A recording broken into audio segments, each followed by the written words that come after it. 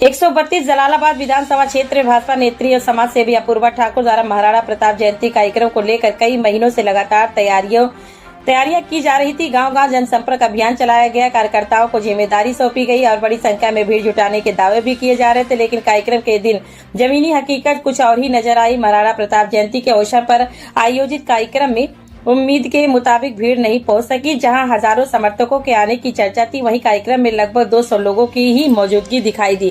कम भीड़ को लेकर राजनीतिक गलियारों में चर्चाएं तेज हो गई और विरोधी भी अब सवाल उठाने लगे हैं। लगातार जनसंपर्क और सक्रियता दिखाने वाली अपूर्वा ठाकुर के लिए यह कार्यक्रम किसी शक्ति प्रदर्शन से कम नहीं माना जा रहा था, लेकिन कार्यक्रम में खाली कुर्सियां और कम संख्या ने उनके संगठन और जनाधार पर सवाल खड़े कर दिए हैं। लोगों का कहना है कि जब महीनों की तैयारी और गांव-गांव प्रचार के बाद भी अपेक्षित भीड़ नहीं जुड़ सकी, तो आगामी 2027 विधानसभा चुनाव में उनकी स्थिति कितनी मजबूत होगी, यह देखने वाली बात होगी।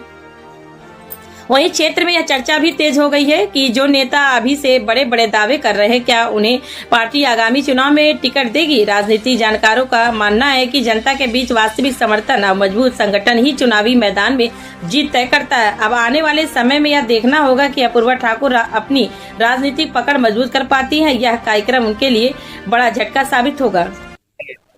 देखिए, आज महाराणा प्रताप जी की जयंती है, जो किसी पहचान के मोहताज नहीं है। पूरा विश्व उनके बारे में जानता है, सिर्फ भारत ही नहीं। उन्होंने राष्ट्र हित में और समाज हित में इतना सब कुछ किया है। हमारे भारत के बहुत वीर योद्धा रहे हैं।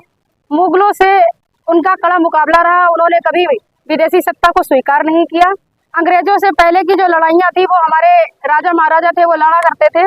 महाराणा प्रताप जी इतने महान थे, उनके बारे में एक बच्चा बच्चा जानता है भारत का। उन्होंने हल्दी घाटी जैसे युद्ध लड़े हैं, जिसमें उन्होंने घास की रोटियां खाई और बिना पराधीनता स्वीकार किए। उनका राज्य वगैरह कुछ नहीं था। जंगल में रह करके लोगों को एकत्र करके एक रहने का संदेश दिया और एकत्रित करके उन्होंने वो लड़ाई जीती भी। हम सब उनसे ये सीखना चाहें, अगर उनका अपने जीवन में चरित्र उतारें, तो सबसे पहले मैं ये सबको संदेश देना चाहती हूँ, एकत्रित होकर के हम वो सब हासिल कर सकते हैं जो हम चाहते हैं। हम टुकड़ों में रह करके कुछ नहीं कर सकते हैं। महाराणा प्रताप जी का यह संदेश युवाओं को खास करके ग्रहण करना चाहिए कि अपने जीवन में संघर्ष और राष्ट्र हित को ही सर्वोपरि अगर बनाए युवा, क्योंकि युवा ही देश का भविष्य है। युवाओं को उनसे खास संदेश लेना चाहिए। उन्होंने सर्व समाज को एकत्रित किया और लड़ाइयाँ लड़ी और भारत को हमेशा स्वतंत्र बनाए रखने का काम किया। मुगलों को पराजित करते रहे और अपने देश के लिए उन्होंने जो जो किया सबको पता। उनका जो घोड़ा था चेतक, उनके पशु तक ऐसे थे जो देश के लिए जान निछावर कर गए।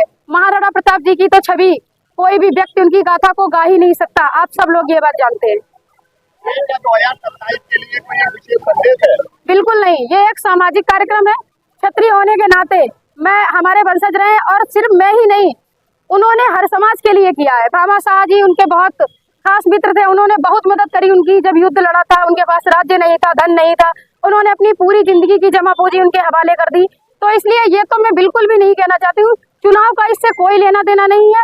ये एक सामाजिक कार्यक्रम है। मैंने मंच पे खड़े होकर भी ये बोला था, चुनाव चाहे मैं जीतूं या हारूं, मैं ये चाहती हूँ कि सब लोग एकत्रित हो और अगली बार हुजूम उजड़े लोगों का। इतने बड़े बड़े जुलूस निकलते हैं, मैं ये चाहती हूँ कि हमारे जलालाबाद में भी उसी तरीके का जुलूस निकले और महाराणा प्रताप जी को याद किया जाए। आज का माहौल अच्छा रहा। पहली बार के हिसाब से लोगों ने बहुत समर्थन दिया। मैं उन सब लोगों की आभारी हूँ जो आज जिन्होंने अपना समय देकर के इस कार्यक्रम को सफल बनाया।